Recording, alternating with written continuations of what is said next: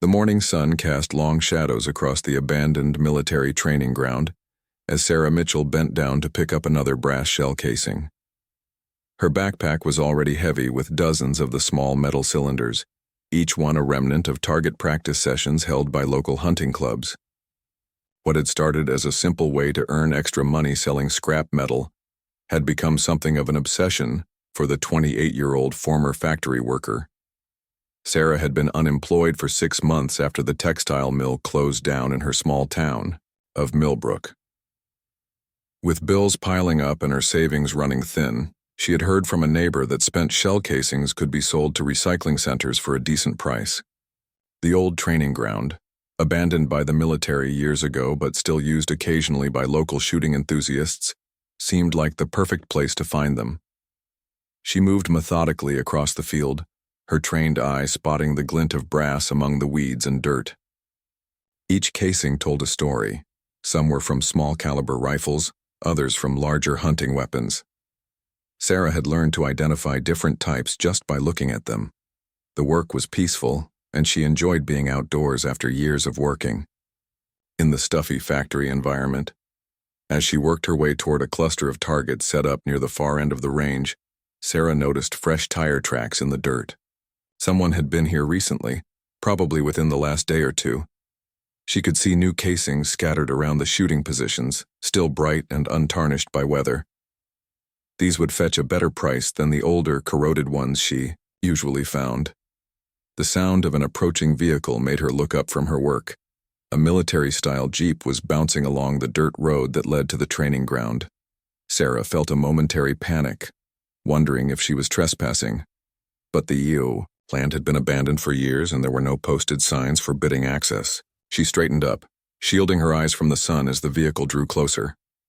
The jeep came to a stop about 50 meters away, and a tall man in civilian clothes got out. He appeared to be in his 40s, with close-cropped graying hair and the kind of upright posture that suggested military background. Sarah could see him studying her through what looked like binoculars, though she couldn't imagine why a person collecting shell casings would be of such interest. After a few minutes of observation, the man walked over to where Sarah stood. His accent was distinctly British when he spoke, cultured and precise.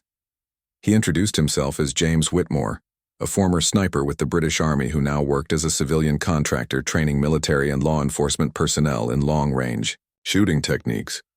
James explained that he had been using this range for the past few weeks to test some new equipment and had noticed someone had been systematically collecting spent casings from his practice sessions. He was curious about what she was doing with them and whether she had any knowledge about firearms herself.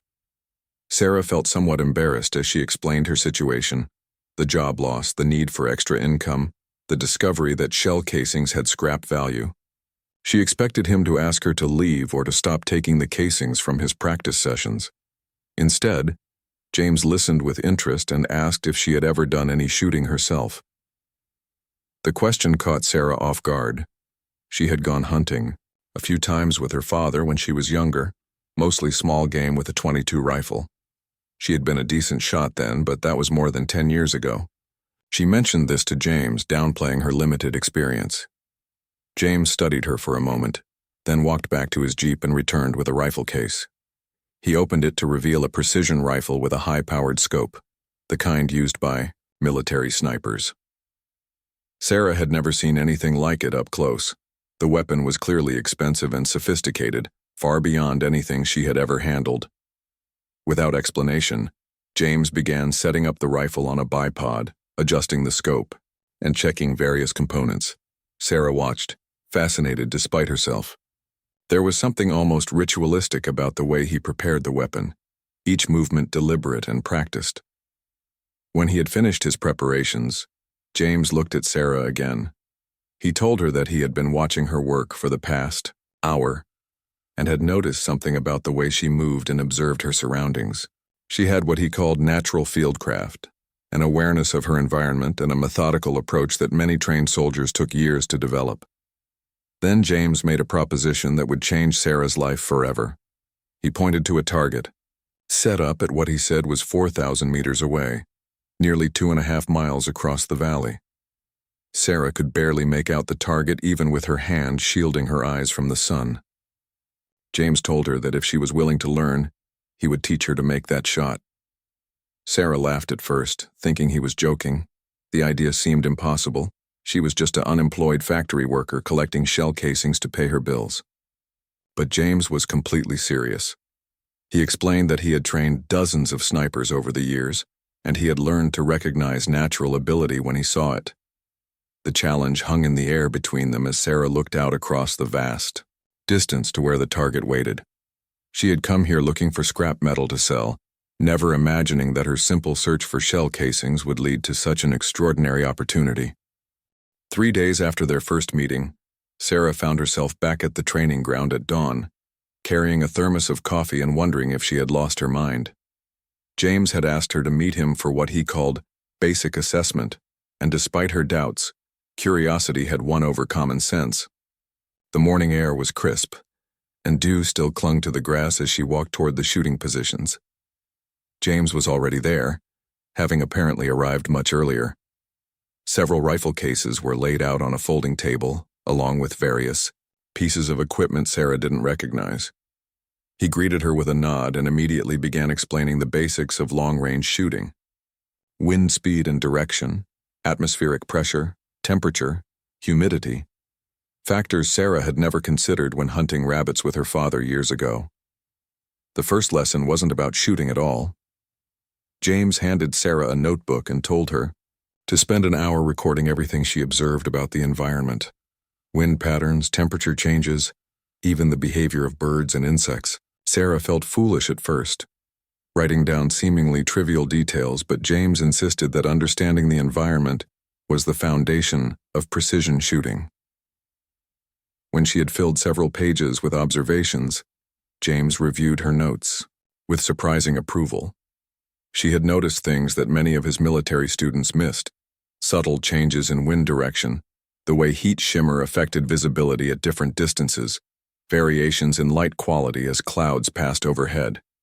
Her years of working outdoors and her recent months of careful observation while collecting shell casings had trained her eyes better than she realized.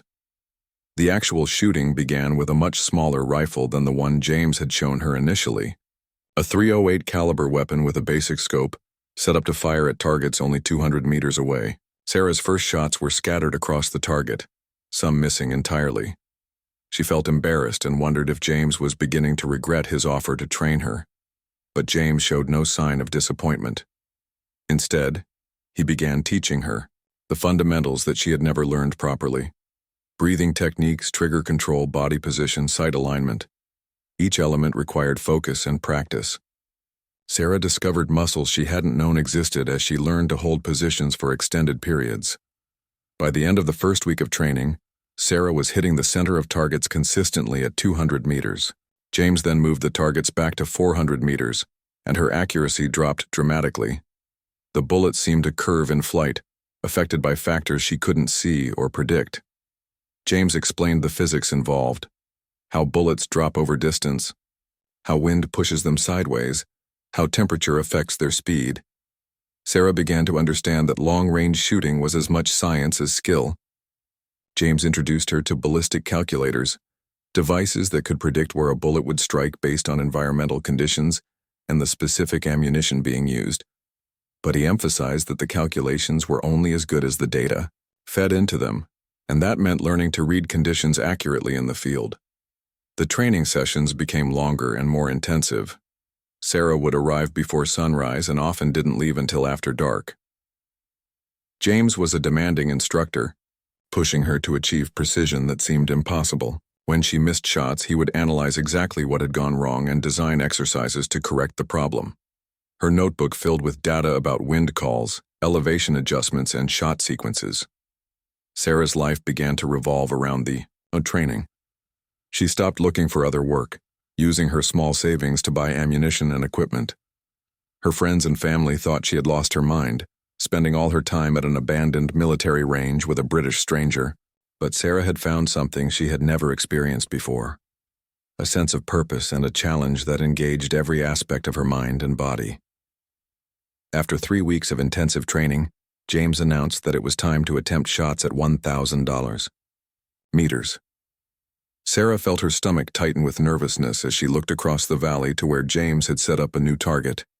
Through the rifle scope, she could barely make out the target face, which appeared as a small dot in the distance. The shot required calculations that taxed Sarah's newly acquired knowledge. Wind speed was different at various points along the bullet's path, requiring her to make educated guesses about conditions she couldn't directly observe. The bullet would take more than a second to reach the target, time during which wind could shift and change the point of impact. Sarah's first shot at 1,000 meters missed the target completely. Her second shot struck the edge, barely scoring, but her third shot hit near the center, a result that surprised even James.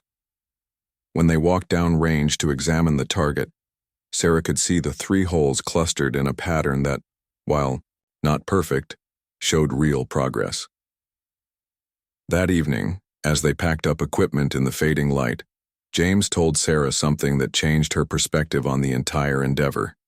He revealed that he had been specifically looking for someone with natural ability to participate in a long-range shooting competition that would be held in 6 months. The event would feature some of the world's best marksmen, both military and civilian, competing at distances up to 4,000 meters. James explained that he had been hired to train a team for the competition, but his original candidate had been injured in a training accident. When he had observed Sarah's methodical approach to collecting shell casings and her natural awareness of her surroundings, he had recognized qualities that couldn't be taught. Her lack of formal training was actually an advantage, as she had no bad habits to break. The revelation that this training had a specific purpose beyond personal challenge energized Sarah in a way she hadn't expected. The competition would offer a prize substantial enough to solve her financial problems, but, more importantly, it represented validation of abilities she had never known she possessed. The unemployed factory worker who had been collecting scrap metal just weeks ago was being prepared to compete against some of the world's most skilled shooters. As Sarah drove home that night, her mind raced with the implications of what James had told her. 6 months to prepare for a 4,000-meter shot that would require everything she had learned and more. The challenge seemed almost impossible, but for the first time since losing her job, Sarah felt genuinely excited about the future. 2 months into her training, Sarah's world had completely transformed. What had begun as a desperate search for extra income through collecting shell casings had evolved into an intensive education in precision marksmanship that consumed every waking hour. The abandoned training ground had become her second home, and James had become both mentor and coach in a sport she never knew existed. The training had progressed far beyond basic marksmanship. James introduced Sarah to advanced ballistics, teaching her to calculate bullet trajectories that accounted for factors she had never imagined. The Coriolis effect, caused by the Earth's rotation, could deflect bullets over extreme distances. Air density changed with altitude and weather conditions, affecting how bullets flew. Even the temperature of the ammunition itself could influence accuracy. Sarah found herself studying meteorology, learning to read weather patterns that could predict wind conditions hours in advance. She learned to use sophisticated instruments that measured barometric pressure, humidity, and temperature with scientific precision. Her notebook, once filled with simple observations about shell casings and scrap prices, now contained complex calculations and detailed weather data. The physical demands of long-range shooting pushed Sarah's body in unexpected ways. Holding a heavy rifle steady for minutes at a time required strength and endurance she had never needed in factory work. James introduced her to specialized exercises designed to improve her stability and breath control. Yoga-like positions that seemed strange at first became natural as Sarah learned to find perfect balance and stillness. Mental preparation proved equally challenging. At extreme distances, shots could take several seconds to reach their targets. Sarah had to learn to maintain perfect form and follow through long after the bullet had left the rifle. Any movement or flinch during this time could affect accuracy. James taught her meditation techniques used by military snipers to maintain focus under pressure. The equipment required for long-range precision was far more sophisticated than anything Sarah had imagined. James introduced her to rifles that cost more than most people's cars, with barrels manufactured to tolerances measured in thousandths of an inch, scopes that could magnify targets 40 times while maintaining perfect clarity. Ammunition loaded to specifications so precise that each cartridge was virtually identical to every other. Sarah learned that success in long-range shooting required understanding not just her own equipment, but also the specific characteristics of every component. Different types of gunpowder burned at different rates, affecting bullet velocity. Bullet weights and designs influenced how projectiles behaved in flight. Even the type of primer used to ignite the powder could affect consistency from shot to shot. As her skills developed, Sarah began attempting shots at increasingly long distances. Targets at 1,500 meters became routine, then 2,000 meters. Each increase in distance multiplied the complexity of the calculations required and the precision needed for success. Small errors in estimation or technique that might be insignificant at shorter ranges became major factors at extreme distances. James began simulating competition conditions during training sessions. He would present Sarah with scenarios that required quick analysis and rapid setup, similar to what she might encounter in the actual competition. Sometimes she would have to make shots from uncomfortable positions or under time pressure. Other times, changing weather conditions would force her to recalculate everything at the last moment. The psychological pressure of competition simulation revealed aspects of shooting that technical training couldn't address. Sarah discovered that her mind could play tricks on her under stress, making her second-guess calculations that she knew were correct. James taught her techniques for managing competition anxiety and maintaining confidence in her abilities even when circumstances seemed overwhelming. Sarah's transformation extended beyond shooting skills. The intensive training had changed her physically and mentally in ways she hadn't expected. Her posture improved from hours of maintaining proper shooting positions. Her powers of observation became almost supernatural as she learned to notice tiny details that could affect shot placement. Her mathematical abilities developed as she worked with complex ballistic calculations daily. Friends and family who had initially thought Sarah was wasting her time began to see the changes in her. The confidence she gained from mastering increasingly difficult challenges carried over into other aspects of her life. The unemployed factory worker who had once felt helpless about her future was becoming someone who could analyze complex problems and execute precise solutions under pressure. 3 months before the competition, James announced that it was time to attempt shots at 3,000 meters. Sarah felt a familiar combination of excitement and nervousness as they set up targets at the new distance.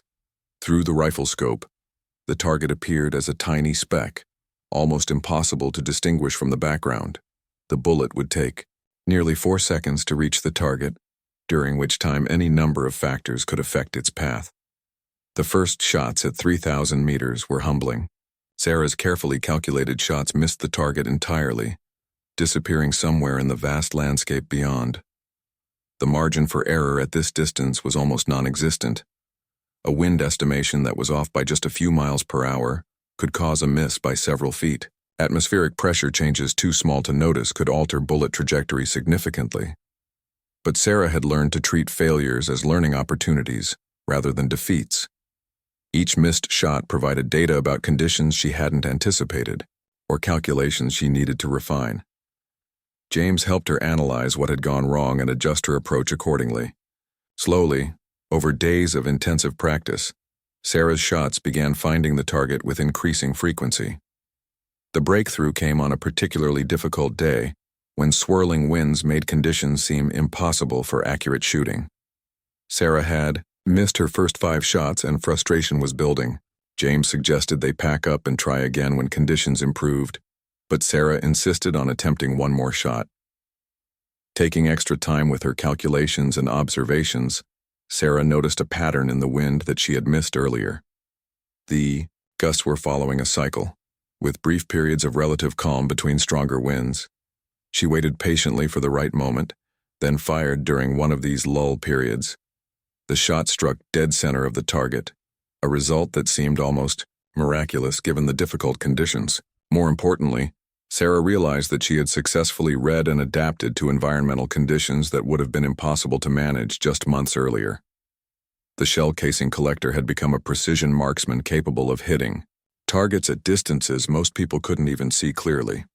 With 3 months still remaining before the competition, Sarah knew that the most challenging phase of her training lay ahead. The final 1,000 meters to reach the competition distance of 4,000 meters would require everything she had learned and more. But for the first time, the goal that had once seemed impossible now felt within reach. 6 weeks before the competition, James drove Sarah to a remote location in the mountains that she had never seen before. The drive took them along winding roads that climbed steadily higher, past forests and meadows, until they reached a plateau that offered clear sightlines for incredible distances. Sarah understood immediately why James had brought her here. This was where she would attempt her first shot at the full 4,000-meter competition distance. The target setup alone took most of the morning.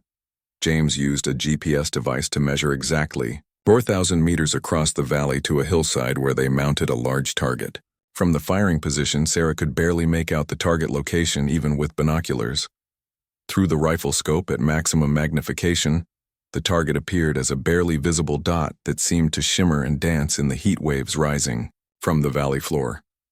James explained that shooting at 4,000 meters was more than just an extension of the shorter distances Sarah had already mastered. At this range, factors that had been minor considerations became major variables that could completely determine success or failure. The bullet would be in flight for more than 5 seconds, during which time it would travel through different air masses with varying temperatures, pressures, and wind conditions. The mathematical calculations required for a 4,000-meter shot filled several pages of Sarah's notebook. She had to account for the bullet dropping more than 200 feet during its flight, requiring her to aim at a point high above the actual target. Wind effects were multiplied dramatically. A crosswind that would move a bullet inches at shorter ranges could push it yards off target at this distance. Temperature layering in the atmosphere created additional complications that Sarah had never encountered. Cool morning air near the ground might give way to warmer air at higher altitudes, causing the bullet to travel through zones with different densities. James taught her to estimate these variations by observing distant objects through the scope and noting how heat shimmer affected their appearance at different elevations. Sarah's first attempt at 4,000 meters was both humbling and educational. Despite her careful calculations and preparation, the shot missed the target by a significant margin. When they walked across the valley to examine the impact area, they found the bullet had struck nearly 20 feet to the left of the target. The miss provided valuable data about wind conditions that Sarah's instruments couldn't measure directly. The second shot, adjusted for the lessons learned from the first, struck much closer to the target, but was still off by several feet. Sarah realized that achieving precision at this distance would require not just technical skill, but also intuition developed through experience. She needed to learn to feel the conditions as much as calculate them. James began varying the training conditions to prepare Sarah for the unpredictability of competition shooting. Some days they would attempt shots in early morning when the air was still and cool. Other times they would shoot during midday heat when mirage effects made it difficult to see the target clearly. They practiced in light rain, moderate winds, and changing light conditions. Each training session revealed new challenges and required Sarah to adapt her techniques.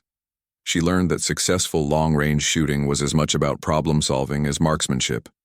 When standard calculations didn't account for observed conditions, she had to develop the confidence to trust her instincts and make adjustments based on experience rather than formulas. The mental pressure of attempting 4,000-meter shots was unlike anything Sarah had experienced. The investment of time and effort required for each attempt was enormous. Setting up the target, making calculations, preparing equipment, and executing the shot could take hours. When a shot missed, it meant starting the entire process over again with new information and adjusted expectations. James introduced Sarah to competition-style pressure by inviting other marksmen to observe her training sessions. Having an audience changed the dynamic completely, adding psychological pressure that affected her performance in unexpected ways. Sarah discovered that she needed to develop mental routines that would work regardless of external distractions or pressures. The breakthrough came during a particularly challenging training session, when weather conditions were constantly changing. Sarah had missed her first 3 shots as wind patterns shifted unpredictably across the valley. Instead of becoming frustrated, she decided to slow down and really observe what was happening with the environment around her. She noticed that birds, flying across the valley, were following specific paths that revealed air currents invisible from the firing position. Dust clouds raised by distant vehicle traffic showed wind directions at various points along the bullet's path. Even the behavior of insects near the firing position provided clues about local air movement patterns. Using this environmental intelligence, along with her technical knowledge, Sarah made her most accurate shot yet at 4,000 meters. The bullet struck within inches of the target center, a result that would have been competitive in any professional event. More importantly, Sarah realized that she had successfully integrated all the elements of long-range shooting: technical, knowledge, physical skill, and environmental awareness. James revealed that he had been documenting Sarah's progress throughout the training process. Her improvement from someone who had never shot at distances beyond a few hundred yards to a marksman capable of precision at 4,000 meters was remarkable even by professional standards. The data showed consistent improvement in accuracy, speed, of target analysis, and ability to adapt to changing conditions. With competition only 3 weeks away, James shifted the focus of training from skill development to competition preparation.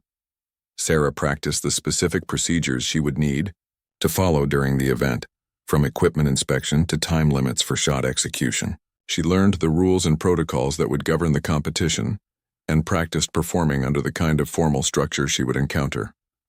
The competition venue was revealed to be a military facility in Colorado, where some of the world's most advanced long-range shooting events were held.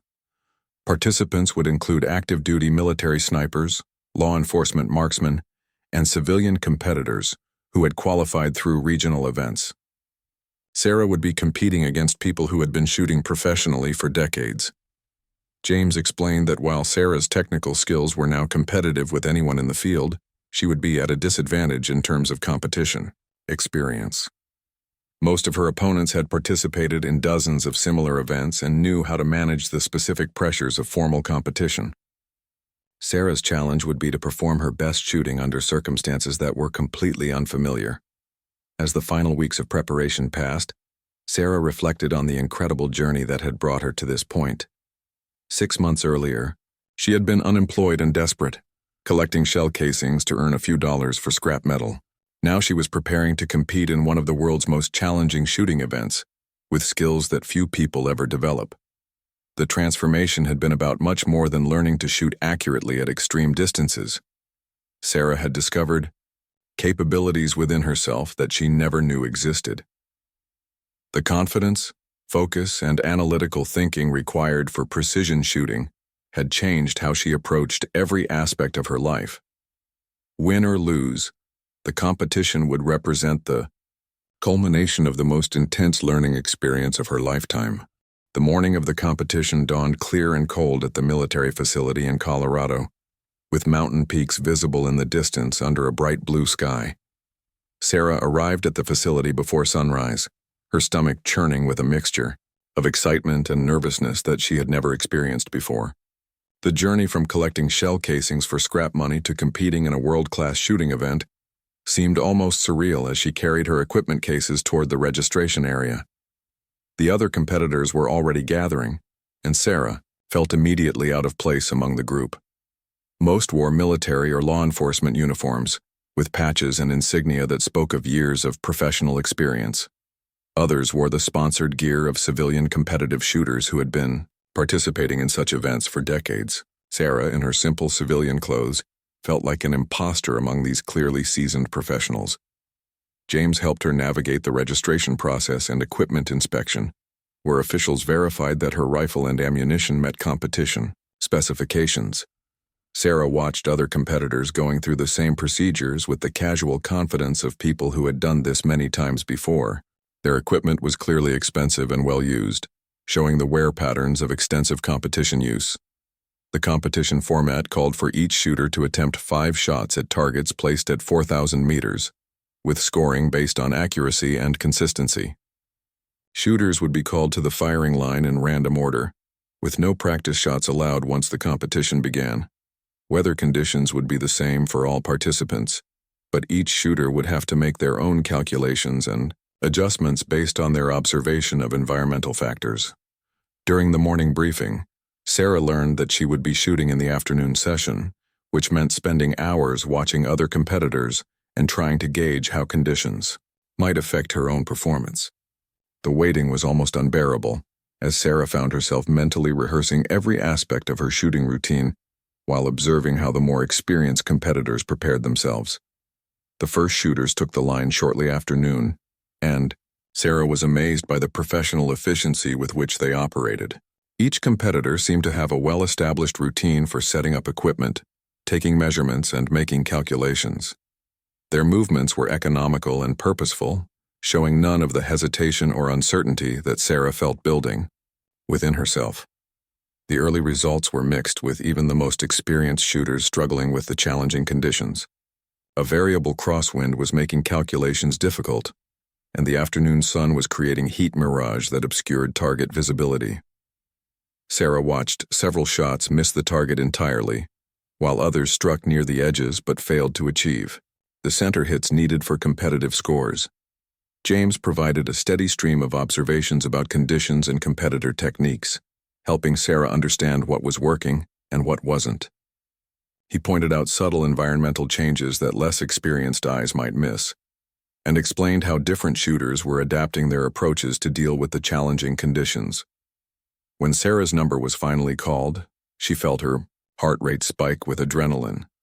The walk to the firing position seemed both endless and far too short, as months of preparation came down to the next few minutes of performance. She forced herself to focus on her established routine, setting up equipment with the same methodical approach she had practiced hundreds of times. The target at 4,000 meters was barely visible through the rifle scope, appearing as a small dot that wavered in the heat shimmer rising from the valley floor. Sarah began her environmental assessment, taking readings from her instruments while observing wind indicators at various distances along the bullet's path. The crosswind that had troubled earlier shooters was still present, but Sarah noticed a pattern in its intensity that might be predictable. Her first shot calculation filled 3 pages of notes, accounting for wind speed and direction at multiple points, atmospheric pressure, temperature gradients, and the specific ballistics of her ammunition. The mathematics alone took nearly 15 minutes, time that felt both rushed and interminable under the pressure of competition conditions. The first shot felt good as it left the rifle, with clean trigger break and steady follow-through. Sarah maintained her shooting position for several seconds after firing, watching through the scope for any sign of bullet impact. At 4,000 meters, it took more than 5 seconds for the bullet to reach the target, and even then the impact was difficult to see clearly through the heat shimmer. The spotter's call confirmed what Sarah had hoped. Her first shot had struck the target near the center, scoring well within the competitive range. The relief was overwhelming, but Sarah forced herself to focus on the remaining 4 shots. Competition scoring was based on consistency across all shots, not just individual accuracy. The second shot required adjustments for slight changes in wind conditions that Sarah had observed between shots. Her calculations were quicker this time, drawing on experience gained from the first shot and patterns she had noticed during her observations. The shot felt even better than the first, and the spotter's call confirmed another center hit. By the third shot, Sarah had found a rhythm that felt natural despite the artificial pressure of competition. Her movements became more fluid and confident as she settled into the familiar routine of observation, calculation, and execution. The months of training had created muscle memory and mental patterns that operated almost automatically under stress.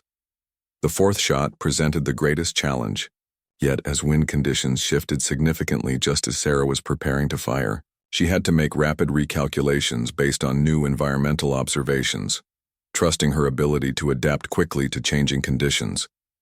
The shot placement was slightly off-center but still scored well, demonstrating the kind of consistency that wins competitions. Sarah's final shot carried the weight of everything she had worked for over the past 6 months. A good shot would secure her place among the top competitors, while a miss could drop her out of contention entirely. She took extra time with her observations and calculations, double-checking everything before settling into her final shooting position. The last shot felt perfect from the moment it left the rifle. Sarah's follow-through was flawless, her mental state calm and focused despite the magnitude of the moment. When the spotter called out another center hit, Sarah felt a surge of accomplishment that was unlike anything she had ever experienced.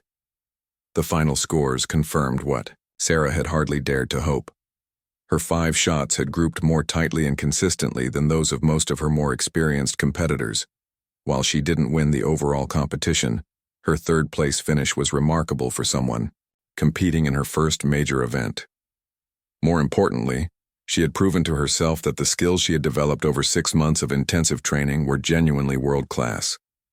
As Sarah packed her equipment after the competition, other shooters approached to congratulate her and ask about her background. The story of the unemployed factory worker who had progressed from collecting shell casings to competitive shooting in 6 months spread quickly among the participants. Several competitors expressed amazement at her rapid development and natural ability.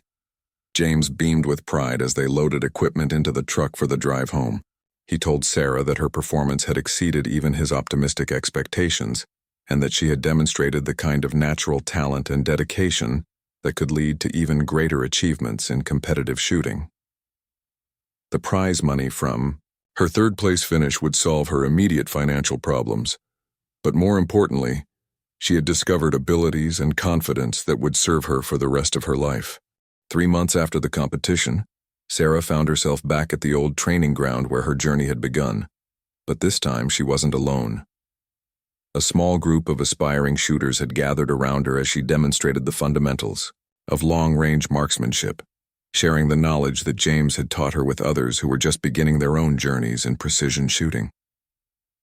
The transformation in Sarah's life had been remarkable and swift.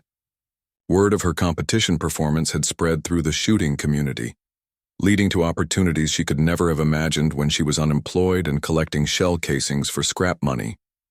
A major ammunition manufacturer had offered her a sponsorship deal, providing equipment and funding in exchange for representing their products at competitions and training events.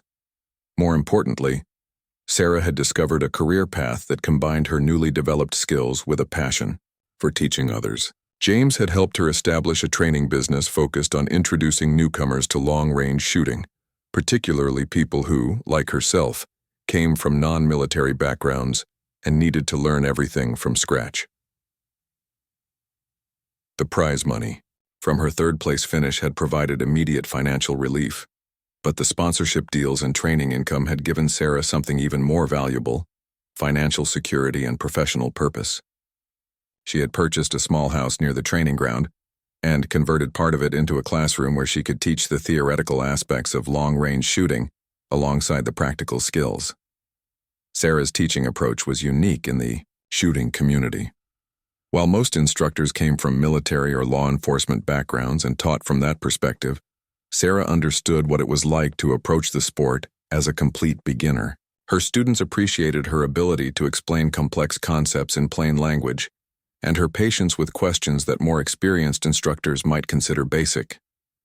The story of Sarah's rapid rise from shell casing collector to competitive shooter had been featured in several shooting magazines and online forums. The coverage had brought her students from across the country, people who were drawn to her unconventional background and proof that exceptional performance was possible even without traditional training foundations. James had become her business partner, contributing his extensive technical knowledge and military experience to complement Sarah's natural teaching ability and fresh perspective.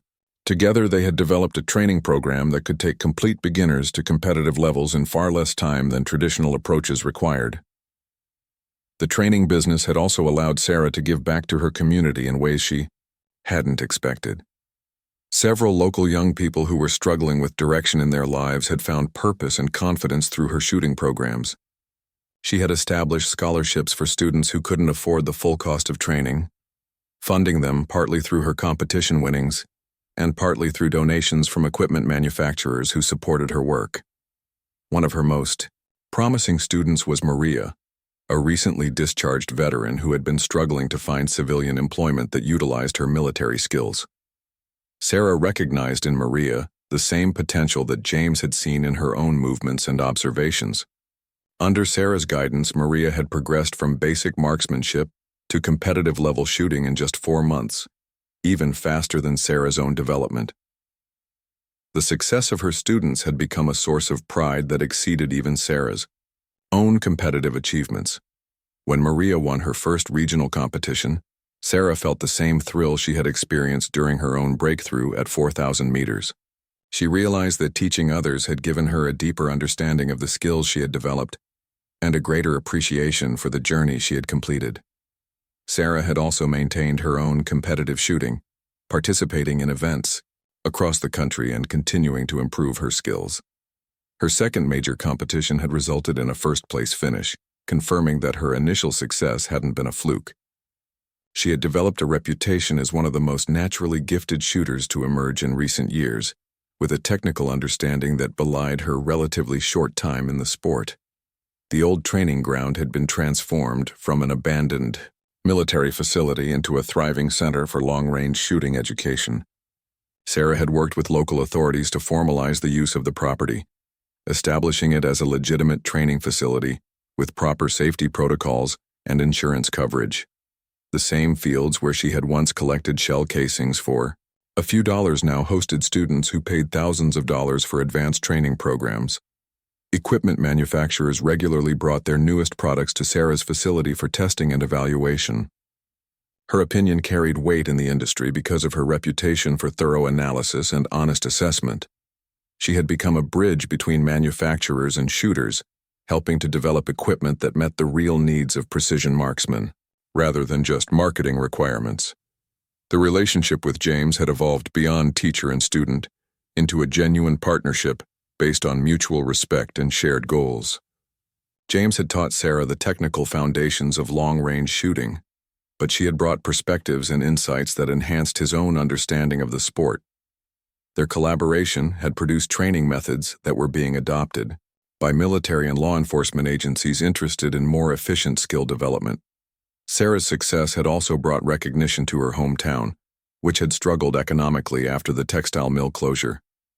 Local media had covered her story extensively, and the shooting facility had become a source of regional pride and economic activity. Students visiting for training programs stayed in local hotels, ate at local restaurants, and brought outside money into a community that had been losing population and businesses. On quiet mornings when no students were scheduled, Sarah would sometimes walk the same path she had followed when collecting shell casings, remembering the desperation and uncertainty she had felt during that difficult period of unemployment. The contrast with her current situation never failed to amaze her. From scrounging for scrap metal to operating a successful business built around skills she hadn't even known existed. The shell casings were still there, scattered across the training ground by her students and visiting shooters. But now Sarah saw them differently, not as potential scrap metal worth a few pennies each, but as evidence of the learning process that transformed raw potential into precision skill.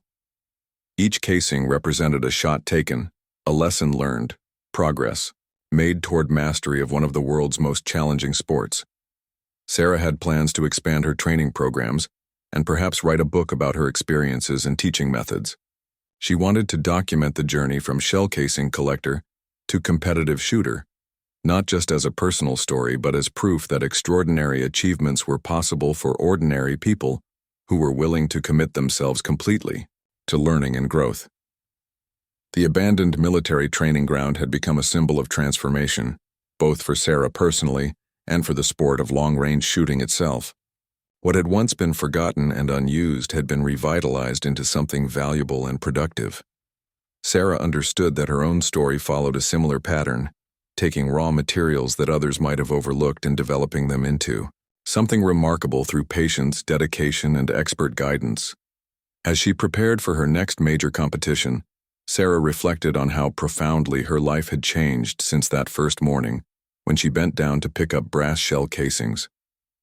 The unemployed factory worker searching for scrap metal had become a respected competitor, teacher, and businesswoman whose influence extended far beyond her own achievements. The challenge that James had presented, to shoot accurately at $4,000 meters, had been just the beginning of discoveries that continued to unfold with each passing day.